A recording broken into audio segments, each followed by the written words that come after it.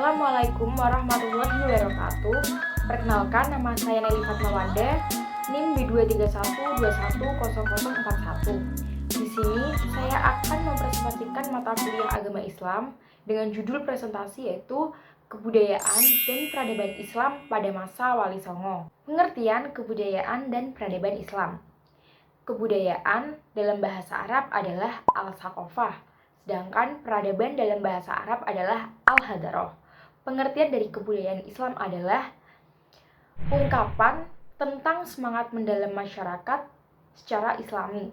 Sedangkan peradaban Islam adalah manifestasi kemajuan teknis maupun teknologi secara Islami. Peran Wali Songo dalam penyebaran agama Islam.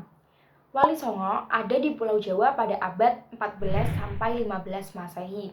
Agama Islam ini disebarkan oleh Wali Songo di Pulau Jawa secara cepat.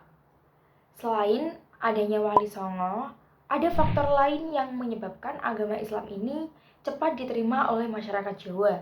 Yang pertama, ajaran agama Islam mudah dimengerti dan mudah pengamalannya, seperti yang terdapat di surat Al-Baqarah ayat 185. A'udzu billahi minasyaitonir rajim. Bismillahirrahmanirrahim. Yuridullahu bikumul yusra wa la yuridu bikumul usra wa litukmilul iddata wa litukabbirullaha ala ma hadakum wa la'allakum tashkurun. Allah menghendaki kemudahan bagimu dan tidak menghendaki kesukaran bagimu. Hendaklah kamu mencukupkan bilangnya dan mengagungkan Allah atas petunjuk-petunjuknya kepadamu agar kamu bersyukur. Peran Wali Songo di dalam penyebaran agama Islam. Yang pertama, Wali Songo sebagai pelopor dalam penyebaran agama Islam. Yang kedua, sebagai pejuang yang gigih dan tangguh dalam menyebarkan agama Islam. Yang ketiga, sebagai orang-orang yang ahli di dalam bidang agama Islam. Yang keempat, sebagai orang-orang yang dekat dengan Allah atau kekasih Allah. Yang kelima, sebagai pemimpin di kalangan masyarakat. Yang keenam, sebagai kiai yang mengajarkan agama-agama Islam. Yang ketujuh, sebagai guru yang mengajarkan tentang agama Islam dan berbagai hal. Yang kedelapan, sebagai tokoh masyarakat yang disegani pada waktu hidupnya. Cara-cara penyebaran agama Islam oleh Wali Songo. Yang pertama, Sunan Gresik. Sunan Gresik berdakwah dengan cara mengajarkan bercocok tanam, membangun masjid, dan mendirikan pondok pesantren. Yang kedua, ada Sunan Ampel. Sunan Ampel berdakwah melalui edukasi pendidikan yaitu pondok pesantren yang sampai sekarang dikenal sebagai Pondok Ampel Denta. Yang ketiga, ada Sunan Bonang. Sunan Bonang berdakwah dengan kesenian suluk-wijil yang diganti menjadi lagu sampai sekarang yaitu lagu Tombok Ati. Yang keempat ada Sunan Derajat.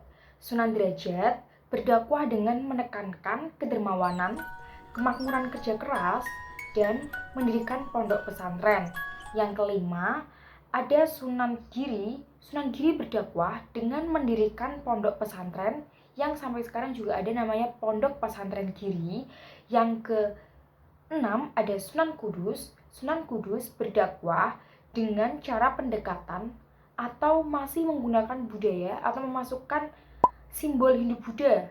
Contohnya dalam pembangunan masjid yang sampai sekarang juga masih ada yaitu Masjid Menara Kudus yang berada di Kudus. Dan yang ketujuh ada Sunan Kalijaga. Sunan Kalijaga berdakwah dengan kesenian wayang kulit dan tembang suluk. Dan yang kedelapan ada Sunan Muria. Sunan Muria berdakwah dengan menggunakan beberapa tembang seperti tembang Sinom, tembang Kinanti, dan tembang Majapahit lainnya juga ada.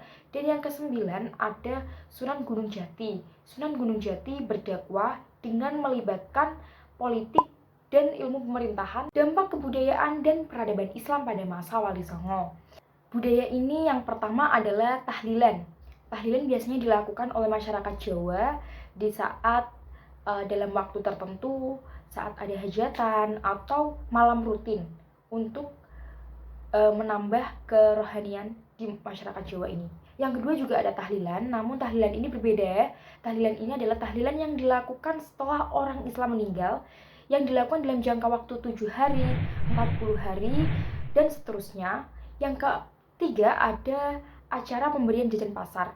Jajan pasar ini ada di dalam masa Wali Songo dan sampai sekarang ini masih digunakan oleh masyarakat di Pulau Jawa dalam acara-acara tertentu seperti hajatan dan lain sebagainya.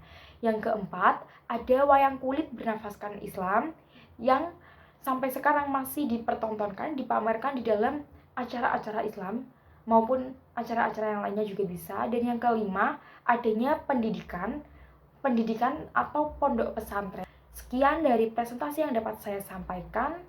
Saya kira jika ada kesalahan saya mohon maaf dan terima kasih. Wassalamualaikum warahmatullahi wabarakatuh.